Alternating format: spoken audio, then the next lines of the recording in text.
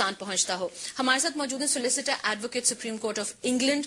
ہم نے ان سے بات کی تھی اپنے پچھلے پروگرام میں, تب سے لے کے اب تک پروگرس یہ ہوئی ہے that he has been successful to take in the cases of 4 of those detained in Manchester. اور ہم نے جب بات کی تھی نصر اللہ جان سے بھی, جو والد تھے اس وقت موجود عابد نصیر کے, 23 سالہ عابد نصیر, ان کے پاس جو ہے اب ان بچوں کے, ان طالب علموں کے جو ہیں وہ کیسز موجود ہیں, ان کی ملاقات بھی ہوئی ہے. امجد مالک صاحب السلام علیکم.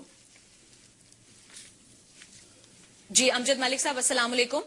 جی وعلیکم السلام. جی امجد صاحب, یہ سب سے پہلے بتائے گا کہ آپ کی ملاقات ہوئی ہے ان چاروں جو اسٹوڈنٹس ہیں, ان سے ملاقات کے بارے میں تھوڑا سا بتائیے گا, ان بچوں کے ریاکشن کے بارے میں بتائیے گا, ان کی تھوڑی طبیعت کے بارے میں بتائیے گا. جی فائزہ, ہم کل جو کونسل جنرل مسرور جنیجو اور ویلفیئر اتاشی عامر چودھری نے ہمیں درخواست کی تھی کہ ہم ملنا چاہتے ہیں ان سے, تو ہم تینوں کونسل جنرل کا جو کونسلر ایکسس اور وکلا کی ٹیم وہاں گئی, ان چاروں سے ملاقات ہوئی. ہم اور ہمارے پاس بس کچھ ہی گھنٹے تھے کیونکہ کل آخری تاریخ تھی 5 بجے تک کہ ہم ان کی اپیلیں جمع کرواتے. تو ان چاروں سے انہوں نے ہمیں انسٹرکشن دی کہ آپ ہماری اپیل لانچ کریں.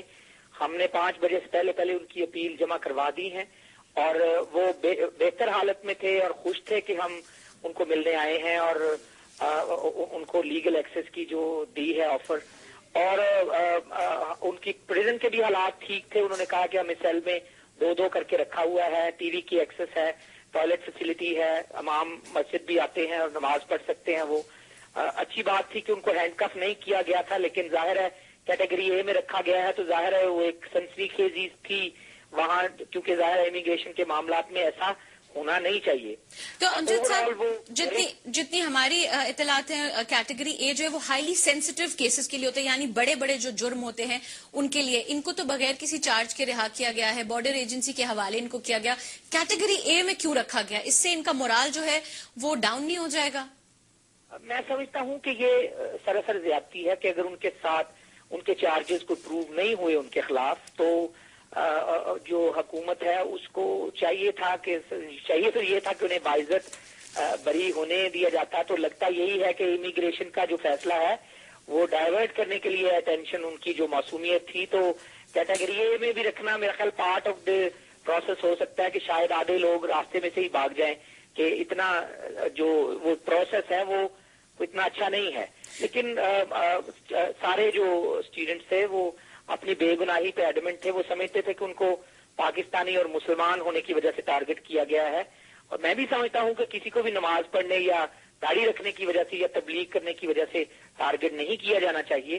اور اس میں گورنمنٹ کو ہوش مندی کرنی چاہیے اور بڑا پن دکھانا چاہیے کہ اگر ان کے خلاف چارجز پروو نہیں ہوئے تو انہیں باعزت رہنے کی اجازت دینی چاہیے. کچھ کی تو تعلیم مکمل ہونے میں کچھ ہی مہینے باقی ہیں, اور اگر کسی کی کوئی مائنر امیگریشن پرابلم ہے بھی تو اسے مائنر امیگریشن قانون کے تحت ہی ڈیل کیا جانا چاہیے. اور کتنے پر امید ہیں آپ کہ ان کو ڈپورٹ نہیں کیا جائے گا اور دوبارہ سے ریکنسیڈر کیا جائے گا ان کے کیس کو؟